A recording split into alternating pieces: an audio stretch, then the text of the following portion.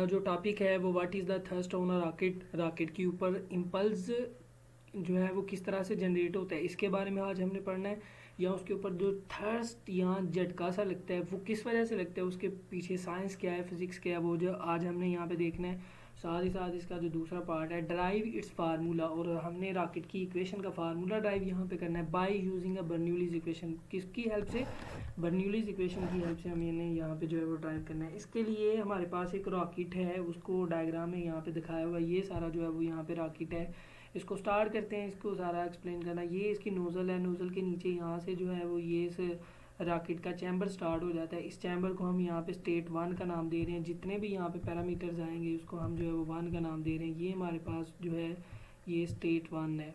State 1 के अंदर जो प्रेशर है यहाँ पे मौजूद सारा का सारा जो है वो रॉकेट का मैस होता है, रॉकेट का फ्लूइड होता है। उस फ्लूइड का मैस जो है वो इस पूरे रॉकेट के मैस के 80% जो है वो सारा का सारा इसका मैस फ्लूइड जो है जो फ्यूल होता है उसके ऊपर इसका मैस डिपेंड करता है। 80% रॉकेट का मैस जो है वो किसके ऊपर डिपेंड करता है? इसके अंदर मौजूद फ्यूल के। उस फ्यूल का जो प्रेशर है यहाँ पे P1 है, यहाँ पे मौजूद जो है वो उसके फ्यूल के यहाँ से निकलने की जो स्पीड है या कम होने की जो स्पीड है वो V स्पीड है, जबकि यहाँ पे क्रॉस सेक्शन एरिया इसका A है, और यहाँ पे मौजूद जो इसकी फ्लूइड की डेंसिटी है वो रो है।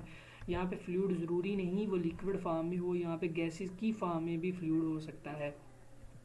ये हमारे पास जो है वो स्टेट 1 थी। अगर हम यहाँ पे स्टेट 2 की बात करते हैं, ये हमारे पास जो है वो स्टेट 2 आ जाती है।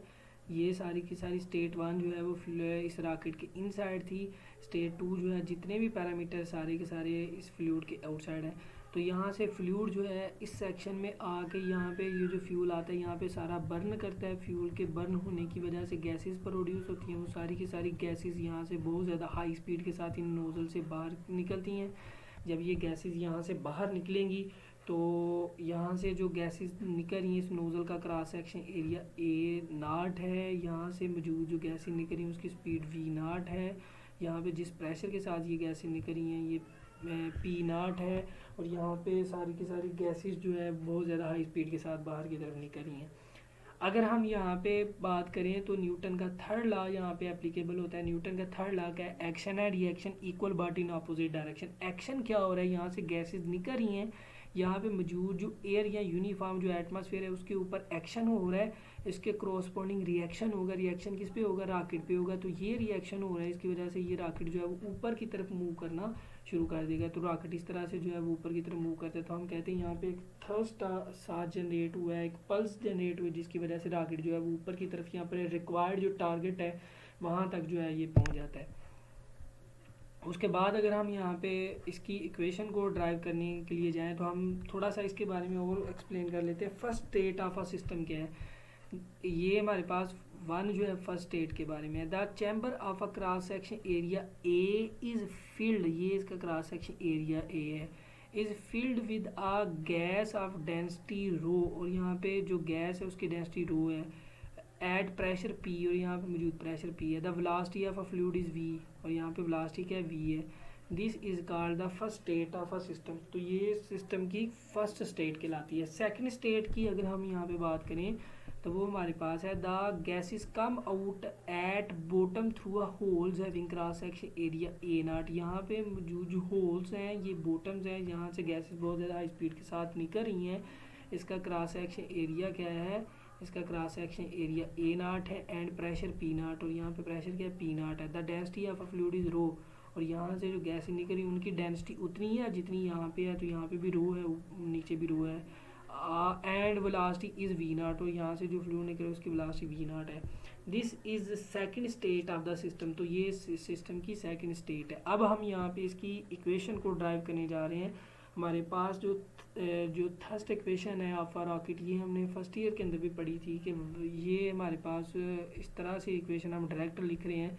V0 वहाँ से निकलने वाले गैसेस की स्पीड है, ये dm/dt rate of change of mess है विद रिस्पेक्ट टू टाइम। तो ये rate of change of mess basically क्या है? ये जो मैस कन्वर्ट हो रहा है गैसेस में वो हमारे पास हो रहा है ये dm/dt।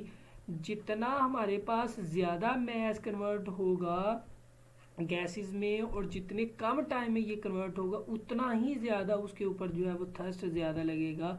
तो ये इक्वेशन जो है यहाँ पे बता रही है rate of change of mass into gases with respect to time. तो ये टर्म है और ये वी नॉट वहाँ से निकलने वाले गैसेस की स्पीड है, इन दोनों को मल्टीप्लाई करें तो थर्स्ट ऑन रॉकेट हमारे पास जो है वो आता है। नेक्स्ट अगर हम यहाँ पे देखें मैस है, mass M is a mass of a fluid या मैस ऑफ अ फ्यूल है। ये मैस इक्वल होता है डेंसिटी और वेलोसिटी की, डेंसिटी और वॉल्यूम की प्रोडक्ट के। तो ये जो है वो हमारे पास डेंसिटी आता है और ये वॉल्यूम आता है, इन दोनों की प्रोडक्ट। नेक्स्ट हम यहाँ पे देखें ये ब्रैकेट के अंदर वाली वैल्यू हम यहाँ पे सॉल्व करें। दूसरा सारी हमारे पास टर्म बिल्कुल एज इट है। अब हम यहाँ पे रो को ऐसे लिख रहे हैं, V is a volume, volume किसके इक्वल होता है, वहाँ पे क्रॉस सेक्शनल एरिया और वहाँ पे मौजूद जो डिस्टेंस है, वहाँ पे जो क्रॉस सेक्शन एरिया है जहाँ से गैसें निकल रही हैं उसका cross section area A not है, और गैसें जितना डिस्टेंस कवर करती हैं उसका डिस्टेंस जो है वो एस डिस्टेंस है। तो ये दो दफ़ा ये एक ही इक्वेशन लिखी गई है। नेक्स्ट हम यहाँ पे देखें इस इक्वेशन के अंदर से जो है वो रो ए नॉट ऐसे आगे, S is the distance, distance का फार्मूला होता है the product of a velocity and time is called distance. तो यहाँ पे S is equal to V multiply T वाली यहाँ पे टर्म अप्लाई कर रहे हैं, वी वहाँ से निकल वाली गैसेस की स्पीड है और टी वहाँ पे मौजूद जो है वो टाइम है, जितने टाइम के अंदर ये गैसेस यहाँ पे निकलती हैं, और ये इक्वेशन एज इट आ गई।